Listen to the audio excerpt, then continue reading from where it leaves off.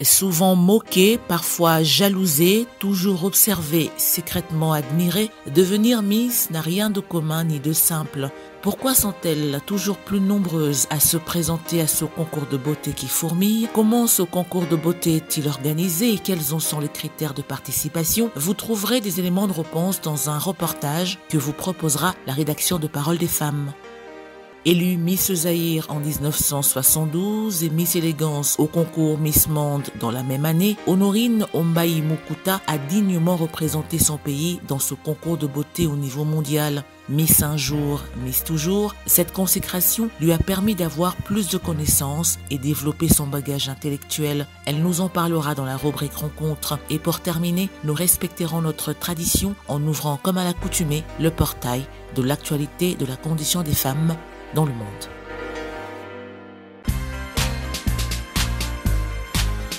Bienvenue à toutes et à tous à ce nouveau numéro de Parole des femmes qui, vous le savez, fait de la promotion de la femme son cheval de bataille. Et sur ce plateau, nous faisons un défilé de toutes ces femmes qui, bien sûr, ont un parcours exceptionnel. Toutes ces femmes qui, aujourd'hui, servent dans le parcours, servent de repères et des références de façon positive à la génération montante.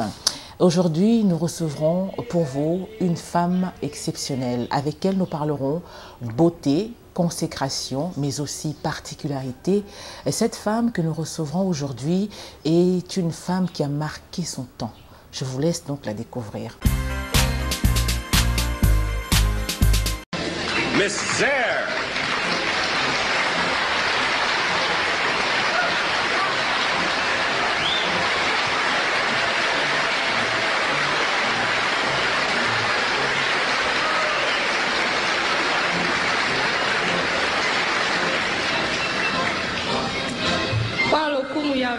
Pana lukumu ya gouverneur ya Porto Rico et puis na Zaïre, na ville de Kinshasa. Je vous félicite beaucoup, je m'appelle Ombaï Mukuta Honorine. Non, merci. And there it is. Honorine Ombaï, dit Maman Nono, élue Miss Zaïre en 1972 et Miss Élégance pour le compte du concours Miss Univers de la même année. Et bien sûr, cette femme que vous avez vue, nous l'avons retrouvée, elle est encore vivante grâce à Dieu et elle a accepté de nous recevoir chez elle afin justement de nous raconter cette belle aventure car elle a aussi marqué de son époque, elle a marqué son temps à travers justement cette consécration. Nous la retrouverons tout à l'heure, juste après ce reportage qui revient sur l'organisation du concours Miss Zaïre, devenue en 1997 Miss Congo. Regardez. Ambassadrices de charme, reines de beauté, les Miss ne sont pas toujours considérées à leur juste valeur. Ainsi, le public les voit comme des filles futiles, n'ayant pas de projet professionnel et personnel en dehors des défilés et des élections. Parmi les conditions exigées, la Miss doit être originaire du pays qu'elle représente et y résider. Elle doit pouvoir en justifier son quoi, elle ne peut pas se présenter aux concours régionaux. De sexe féminin, plutôt jeune, la Miss idéale, âgée de 18 à 24 ans, s'étend au moins sur 1,70 m de hauteur et sans talons. Elle a choisi de garder son corps tel qu'il est venu au monde, sans artifice. Elle ne porte pas de tatouages voyants, de piercing et n'a pas eu recours à la chirurgie esthétique. La Miss doit donner toutes ses forces dans son rôle d'ambassadrice. Elle est ainsi célibataire et n'a jamais été mariée. Elle n'a pas non plus d'enfant. L'ambassadrice de beauté n'utilisera pas son titre à des fins de propagande politique, religieuse ou idéologique. Enfin, qui dit bonne réputation et jolie image dit aucune poursuite ou condamnation pénale. Réunissant tous ces critères internationaux et intéressés par l'événement, la République démocratique du Congo, par le truchement du ministère du Tourisme, organise pour la première fois un concours de beauté dénommé Miss Zaïre en 1971, devenu Miss Congo en 1997. L'événement est diffusé sur plusieurs chaînes de télévision avec à l'affiche des belles Congolaises, 30 au départ, venues de différentes provinces du pays et défilant sur le podium afin de mettre en valeur leur beauté extérieure et intérieure. Le résultat final est proclamé par un jury sous le regard d'un huissier de justice dont le rôle est d'établir les différents procès-verbaux depuis les éliminations des candidates jusqu'à la désignation de la gagnante. La candidate élue Miss Congo sera la gagnante du concours national et remportera à ce titre les prix prévus pour cette consécration.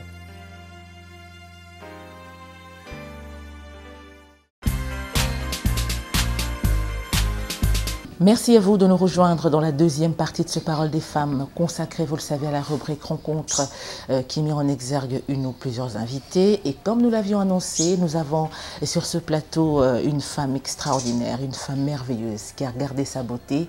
Miss un jour, Miss toujours, maman Honorine Ombaï, maman Nono pour les intimes, nous reçoit sur bien sûr la complicité de maître Alexandra qui nous a permis de la retrouver justement. Bonjour maman Nono. Bonjour.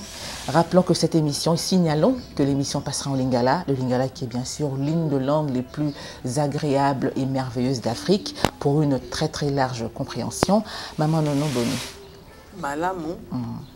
Merci Nandingo Yambibiso, émission Parole des femmes, pour nako bete la biso lisolo ya aventure oyo, batu mingi ba yebite ki ozalaka kaka na bomoi.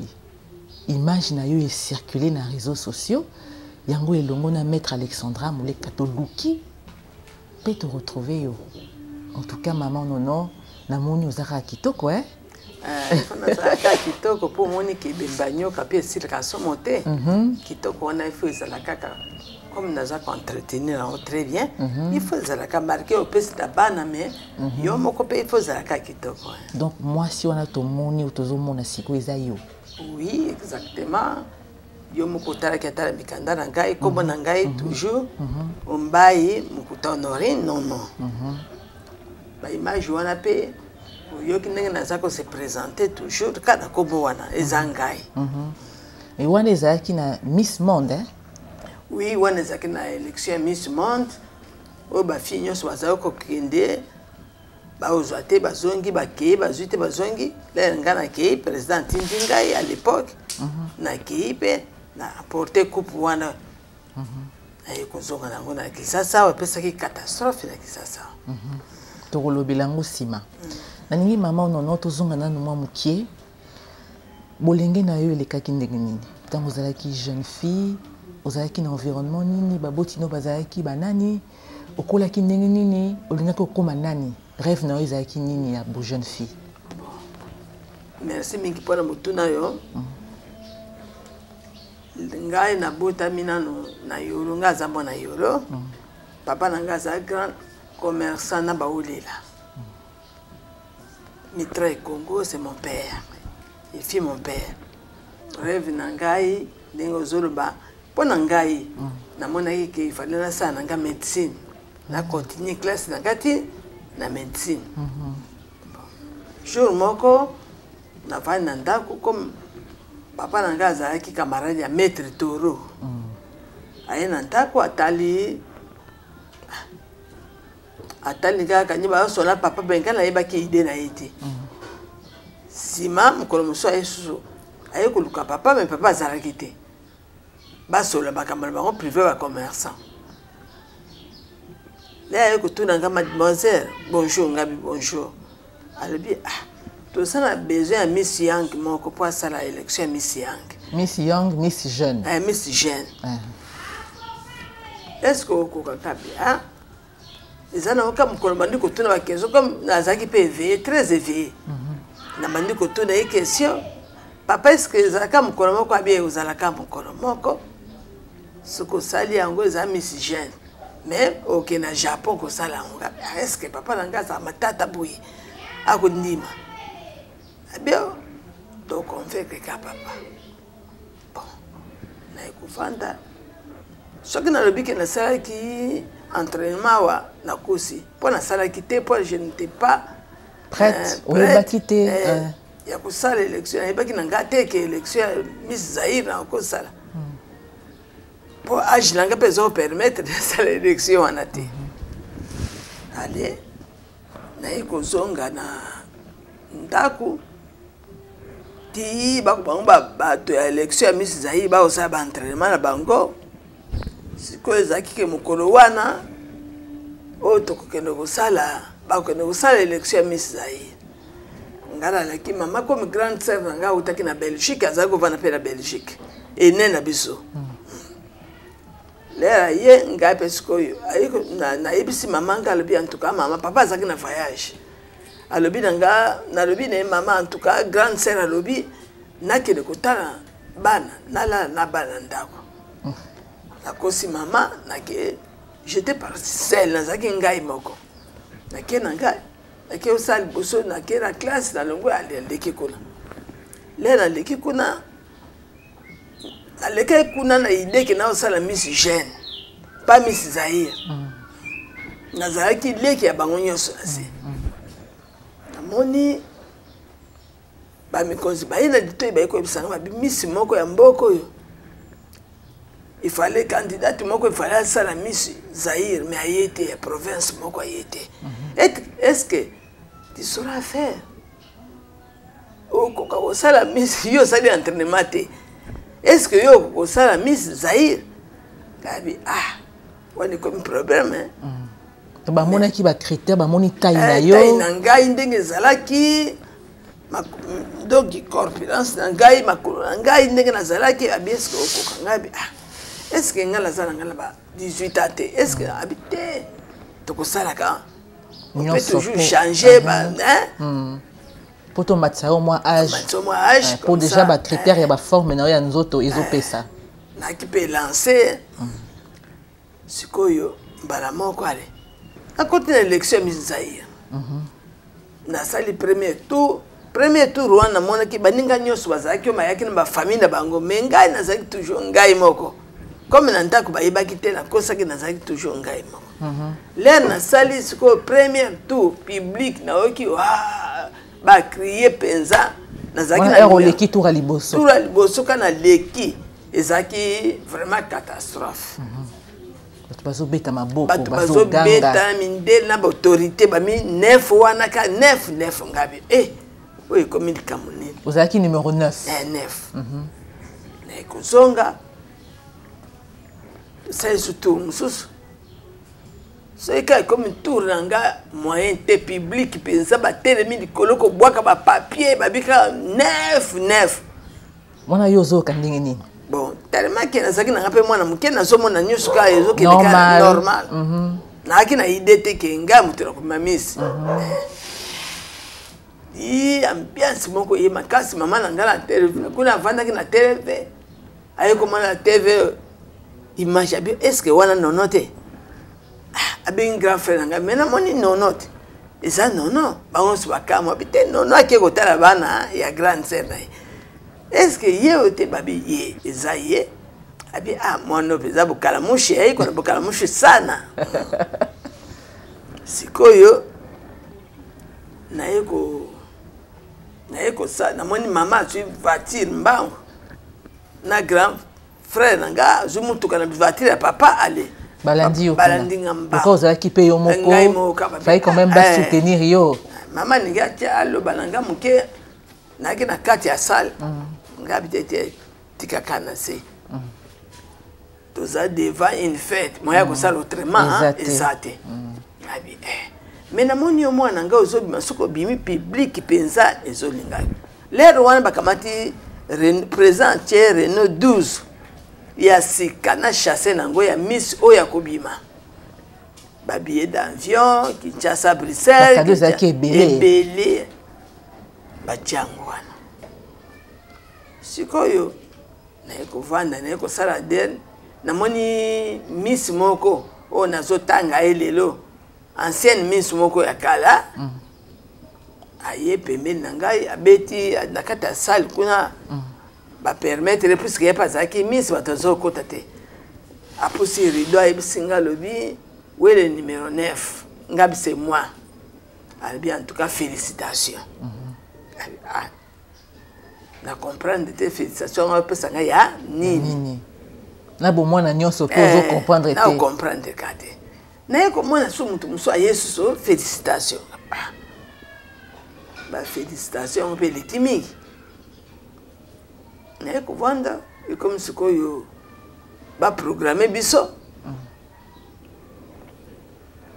nafandi wana nayebi te ke Miss babandaka ye na élégance babandobuta charmante bazobuta nafandi maintenant c'est la Miss qui doit sortir babandi kosala programmation wana babengi bana moko Miss élégance azaki fille moko ya nini ya Ozaïre bana moko abimi bayambi ye lero wana baye koyamba ye aki fille ya Kisangani bayambi ye pa bimi asepeli ye pe croyant que abimi Miss ngabe croyant que na échoué mais ba félicitations à opesa ngai ebele boye ya lokuta otondene na ju maîtrise nya na comme moi souci muke na moni prix muso ebimi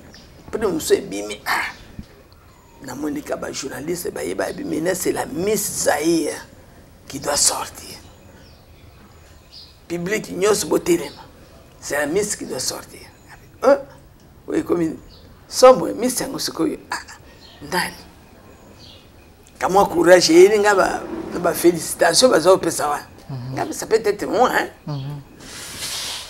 moko ba yeko bengala na yoka babandi biographie leka babandi biographie puisque ngaza utanga na lemba na mokengeli ya lemba na yoki kaka babandi utanga biographie na ngai fiango azali élève na télé de lemba ngabi tche et na mokengeli ya lemba ngabi tche oye zangate ti leba yeko lancer kama moko Miss Zaïre 72 mademoiselle Mbaye Mkuta Honorine non tellement que nazaki pe courageuse alina bimi bala moko na tieka maboko mbale likolo bwina bimi ale public pe babiye kaka public ya produire très fort na telemi wana j'étais toujours seule na telemi ka maman nanga zo banga paniquer na grand frère émotion pesait les kaki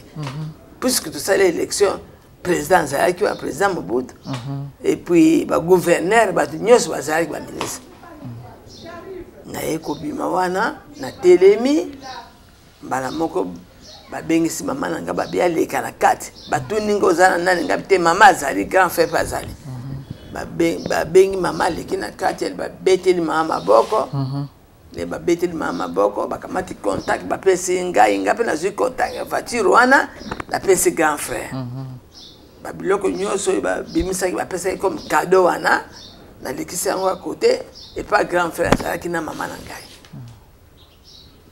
jour yango ozoi ba cadeau ebele ba cadeau ebele moya ko tanga yango vraiment eza te nazwaki ba cadeau mpona ba cadeau nazwaki ba cadeau na ekozwa esili tobandi ko se préparer wana te président bimisi mbongo mpona pays na biso mpona Zaïre tokende kosala élection Miss Monde.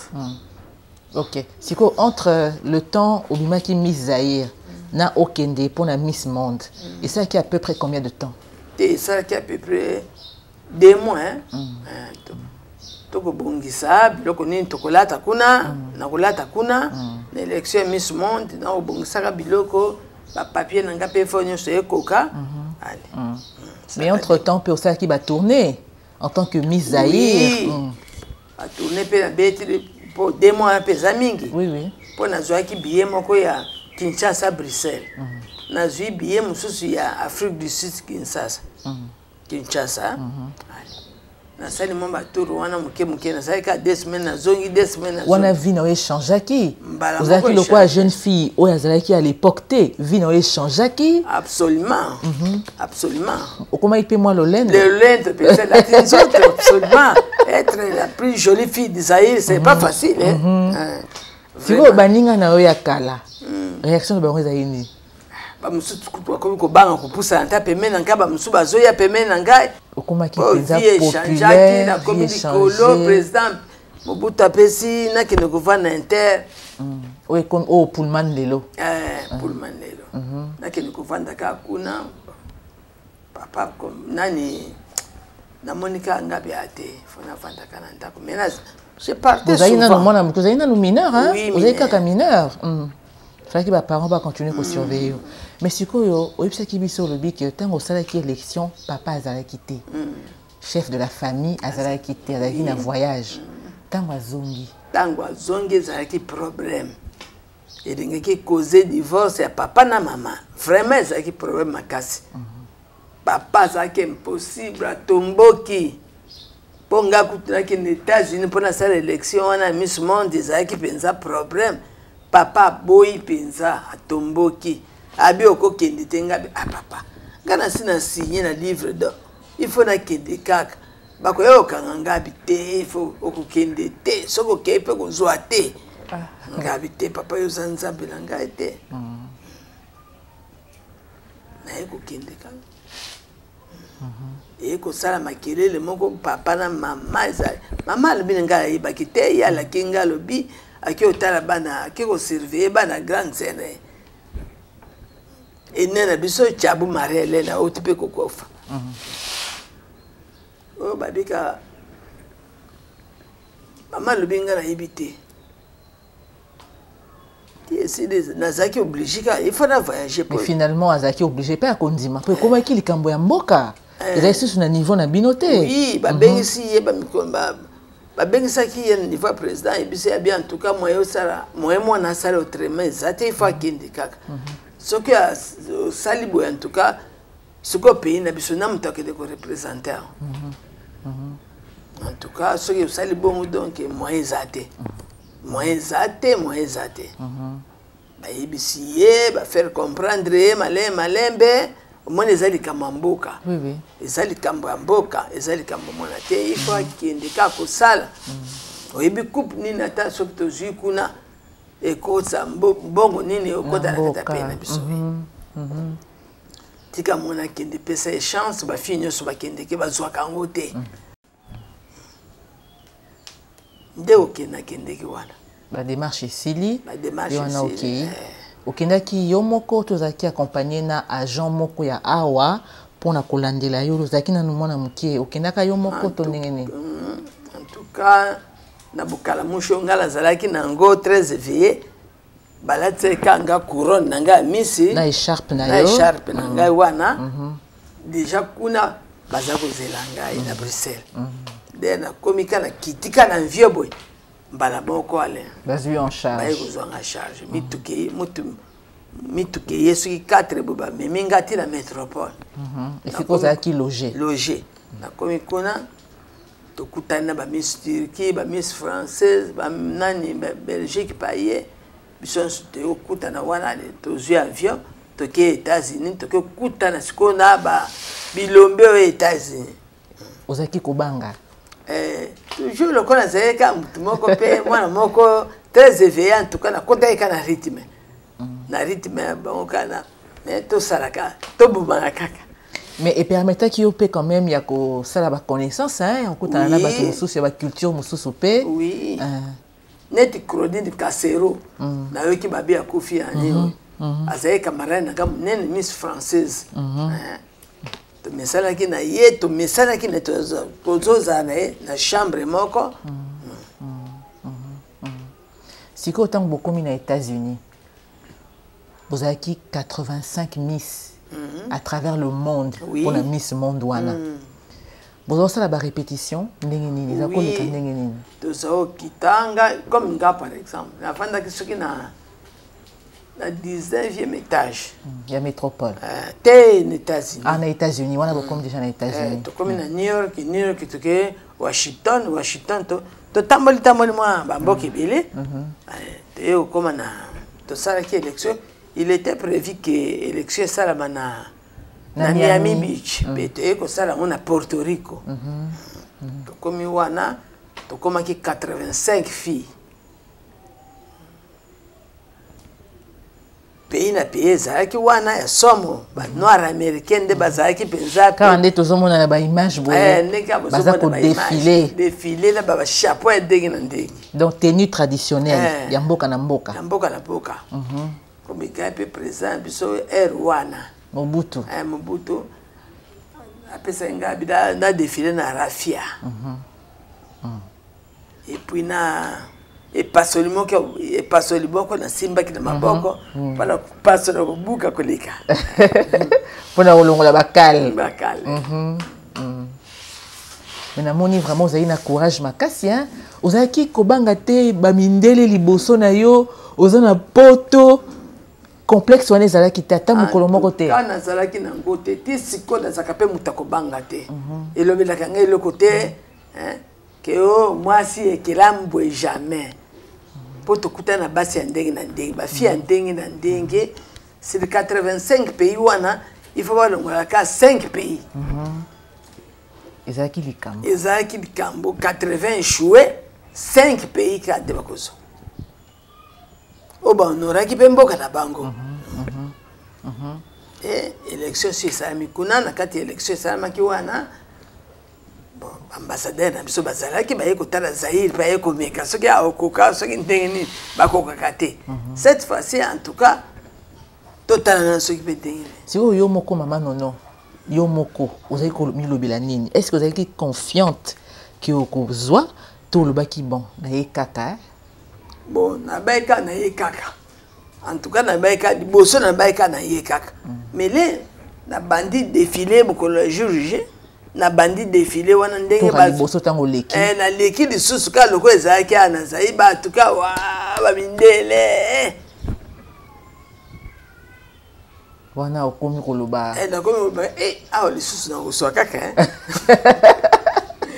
nakomi koloba en tout cas biloko esalamaki na mboko nga na uti awa lisusu nakozwa kaka wana sikoyo nakomi na confiance parmi 5 nakobima mpe donc vous défilez qui na tenue traditionnelle vous défilez qui na ba maillot de bain quand le collection les caca on est défilé qui c'est quoi relation ezalaki nini entre bino ba miss est-ce que moi jalousie pe ezalaki un mot pe ba moi ba mbwa kelande balobaka un sous pour na ko intimider muninga bozaki relation ezalaki nini entre bino ba miss en tout cas ba mindele penza bazaka ba biloko na mingi te ba jalousie ba nini ba osala kaka sauf kaka oyo Miss Casero, Claudine Casero, oyo ya France. Le azwi te ndelinga mbeta masasi ya kufa. Alinga miboma po azwi te. Miboma po azwi te. Po azalaki mpe kitoko ye vraiment akana ye ka yende sûr. Azalaki très sûr. Après sikoyo tango bobandi ko défilé, bosali premier tour, deuxième tour, yo bazobetelo ka maboko. Nga bazobeta tour nanga bazobeta maboko makasi mapipi na sala ngo bino moko kotala sala nini to sala ki sala yango ya munene sala moko awa na Kongo penze zate de toko le kaka défilé wana toka na mona kata sala wana surtout vraiment sikoyo tomoni pe na ba image le kaki liboso tant comme na tour na yo olobi na lingala à l'aise devant ba mindele nyoso. On dirait principe ezalaki chaque miss alobana monokone ya mboka balobaki na biso chaque miss a se présenter na monoko na ye ya mboka yango atomana oleka moko na ordre alphabétique ya mboka ngala azalaki Zaïre poza mutu asuka Zaïre Z ni wana babeti maboko après sikoyo komi étape ya proclamation étape ya proclamation na moni ba ambassadeur na biso batelemi o bayaki bato bayeye ba ambassadeur ba uti ba Washington ba biso ya New York ba beti maboko babi moko pe yokota na kati so abe ya sali wana bien en tout cas félicitations merci félicitations ba pesa ngana na Zaïre na Zaïre elandinga lisusu totala kaka yama kama nzambe nzambe ne mutaye baka l'étoile ya bato ti sili babandi wana ka ne babandaki awa ti naye kobima pe Miss Élégance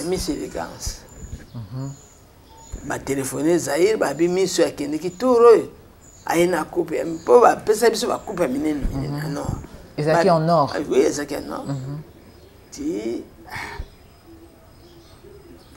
nani pe na Congo donc ezalaki catastrophe na bato bayebi histoire bien ne batelefone kana awa na biso po baannoncer nouvelle baannoncer nouvelle babi ke fille akende kosala élection ya miss en tout cas azali parmi les 5 premières ya Miss Monde wana donc ezalaki mpe awa donc opesi mbwambwa boye catastrophe journal elobi radio elobi TV elobi vraiment ezalaki vraiment ebongo sikoyo Miss Élégance baponaki yo Miss Élégance mpona nini pozalaki souriante pozalaki nzunzu baponaki yo Miss Élégance mpona yo baponaki yo Miss Élégance mpona nini nazalaki tout d'abord souriante et puis nazalaki élégance puis nazalaki kitoko nazalaki kitoko nazalaki très jolie pozalaki sur na yo moko après sikoyo bozongi na mboka tozongi na mboka cortège présidentiel ekozwa ngai à partir ya aéroport bafamille na ngai mpe bayaki mpe papa na mama ale nakiti mokolo ngai nakitaki bamemi ngai ti nakende na ndako te nake direct na oya bayambaki ngai na oya mpa mokonzi ya mboka mokonzi ya mboka na présente coupe wana azwi yango ayambi yango atikali nango après sikoyo ozongi na ndako tozongi na ndako fete bandi esengo babiloko mpe nasombaki nazokizwaki kuna mpe wana niveau lisusu emati niveau ya komata ya kosakana te ya kosakana wana toza baambassadrice naza ambassadrice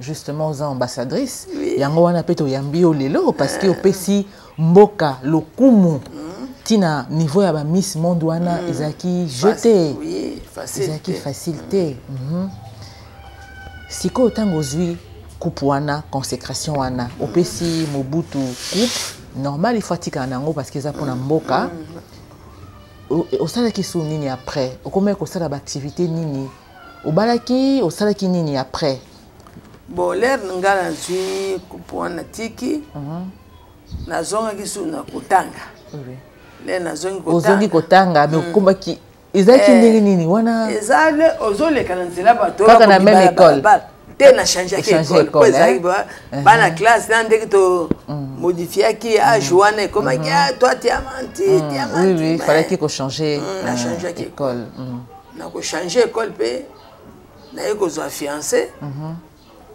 azalaki mpe étudiant na unikine aosala droit toyaki mpe ekolo moko ti toye kosala aye kohonore nga tosali mariage na ye abandi mpe kotanga na abandi kosala na contribution moke le directeur moki tout le monde ayebi azali kosala na taxation bacarte rose banini toye kobala na ye vraiment honoraki ngai toboti na ye mpe bana nyonso mbinga bamibali onga aza mona ya basi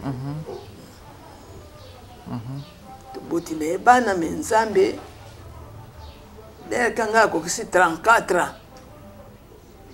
mobali aye kokufa naye kozwa bikama mobali aye kokufa na maladi moko ya mokeka mpe ali mobali akufi mobali mpe akufi très jeune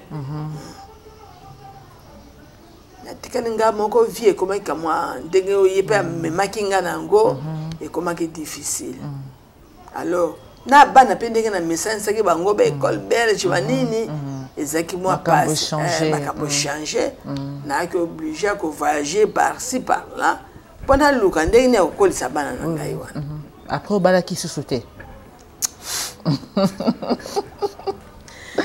mama nonobalaki sasa baaventurier ya solo opréféraki ovanda na yo bokola bana na yo mama nono papa akufi olobi yo moko obundana mpona kokolisa bana okoti mosala ya commerce okoti mpe politique oui nakoti politique nakoti politique naza otravaille na CNS nde ka régime échange nga alobi ata masu échange mais libongo etikala kaka nakei sikoyo na fondation première dame tellement ke bamama baza koderange nga mingi nga naza bamama ebele awa na capitale tina intérieure nga alobi naoki kosala nini naoki korejite bango te bakoderange mama il faut qu'on travaille il faut travailler pour mon conjoint biso ya koti sikoyo ngabi bon to travailler pour la maman maman Denise Nyakero bon na kena fondation ngai nazali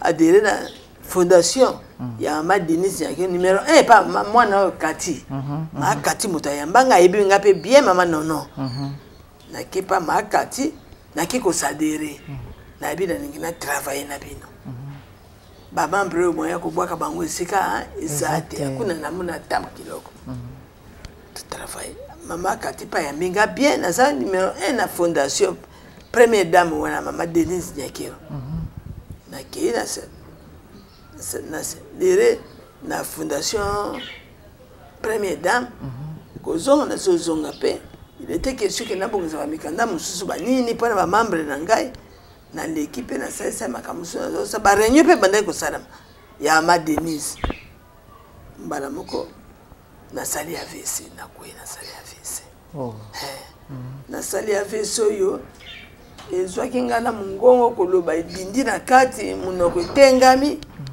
nde moni na koti ndako na koti ndako santé ça bien puisque je ne marche pas